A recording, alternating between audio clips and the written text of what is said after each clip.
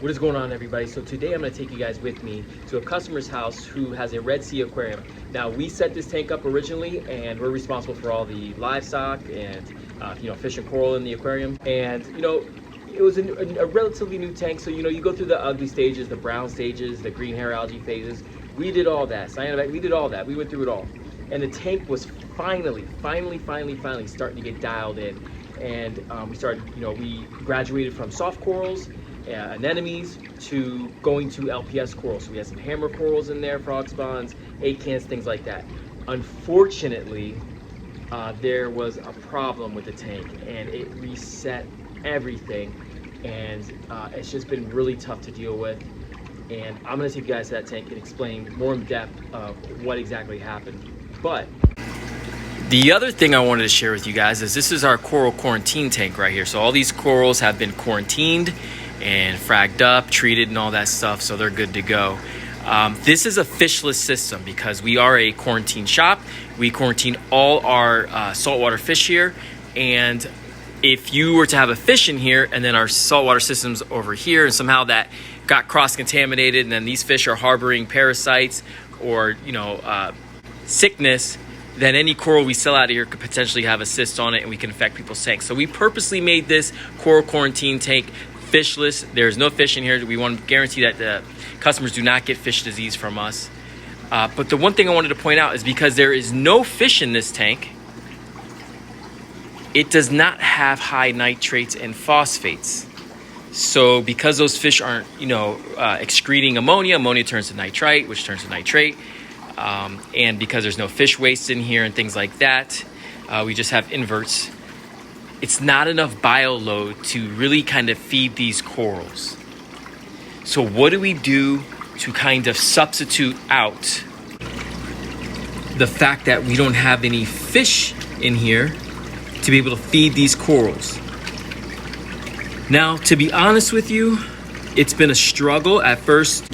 Now, I'll say this because most of you do know, but for those who are watching my videos that aren't quite familiar with handling corals need some type of nutrition in the water. They need that nitrate, they need a bit of phosphate, they need all that stuff to kind of keep them healthy. They need those amino acids. They basically need those types of foods to be able to survive. They get it from the water column, although they do get a lot of their nutrition and energy from the lights because they are because of the photosynthetic zooxanthellae that lives within their tissue. They still need those nitrates, and they still need a little bit of phosphates and amino acids and carbohydrates to be able to grow and thrive. Unfortunately, this tank was barren of all that. And because those bacteria weren't present, because those conditions weren't right, a lot of the bacteria that normally survive in a healthy reef tank weren't present as well. So what we ended up having to do, because we cannot put fish in here, is we're having to dose ammonia straight to this tank. So we do a couple drops every day of ammonia to act as basically in the absence of fish, because again, fish secrete ammonia. So we're manually dripping ammonia into this aquarium, and then ammonia will turn to nitrite to nitrate. And we also manually dose phosphate in this tank as well, just to give these corals that boost. And ever since we started doing that, for instance, these frog spawn right here, we're all shriveled up and tight to the skeleton. Ever since we started dosing the ammonia, boom, they've just come out and they look way better than they did before. All the corals have look way better than they did before. And the reds on the, say, for instance, this SPS coral right here, are really vibrant. So the corals are basically starving. And then you have this coral right here, which was pretty much bleached and is starting to get that green back. We have a couple of Hollywood stunners right here. This is a chalice coral. You can see there's a little bit of recession that was starting to happen, but once we started dosing the ammonia, now it's the chalice coral starting to grow, and it's actually starting to encrust over the frag plug. Now I'm gonna be honest with you guys. A lot of the aquarium service, a lot of it's manual labor. It's scrubbing, it's cleaning, it's replacing filters, it's things like that. That's a lot of it. But there is water chemistry issues, and there's things that you have to have an eye for. And this is an example of these corals were struggling, and we had to figure out why. And we found the solution, and we started dosing, and we've seen improvements. So a lot of my job is just manual labor, but there's still a lot of stuff that you have to be able to recognize and adapt to and make changes to. Now, a lot of that's not easy, and you might have some trial and error to figure it out. Keeping a reef tank, as anybody out there knows, I don't care how long you've been doing it, it's not easy, and we're learning new things every single day. I try to make my videos, and I try to have you guys come along with me on rides and to jobs, because I don't want this to be an intimidating process for anybody. A lot of people are just getting into the hobby or are struggling in the hobby. You know, I listen to a lot of information out there. Some of it's just flat out wrong, but some of it's very, like, you almost have to have like a master's degree in like biology and marine biology, and you know, like you have to be a microbiologist a lot of times to be able to understand some of this stuff. So I try to make this as simple as possible because I need it explained to me that way.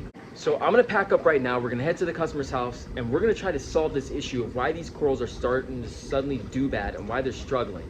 Let me know what you guys think, but let's head there right now. All right, so here we are at the tank, and we've had problems with this because this tank was doing amazing for the longest time. It was doing really, really good. It was like just getting dialed in. It's a relatively new setup that we have here, but it was just hitting that, like, approaching that year mark where the tank was really going to get dialed in. We started getting coralline algae, brown algae were gone, green algae were gone, and the tank was just looking great. And unfortunately, there was a issue with the ATO, the automatic top off, which controls the amount of fresh water in the tank, and it dumped in all the water into the tank, which just drastically changed the salinity in this aquarium. So by doing that, that killed off, dropping the salinity so quick. The fish were fine.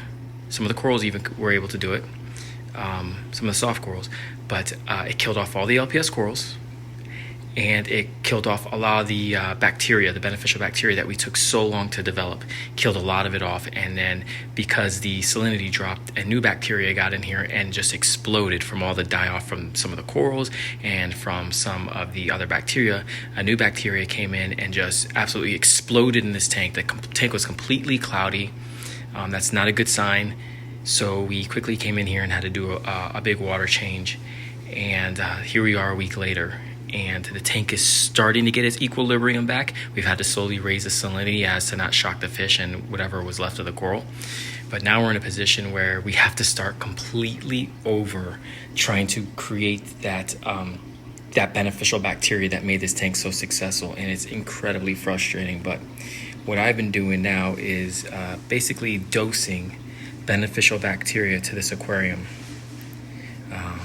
just to try to kind of speed up the process. You can see some of the zoas are looking really good, and we're even starting to get some coralline algae back. Saved it from dying completely. When that big change happened, there was a lot of dead organic matter in this tank, which caused a huge bloom of cyanobacteria, which we are still dealing with. It's almost like this tank went back to infancy, and it's so frustrating because we we had it just dialed in, and it was right there.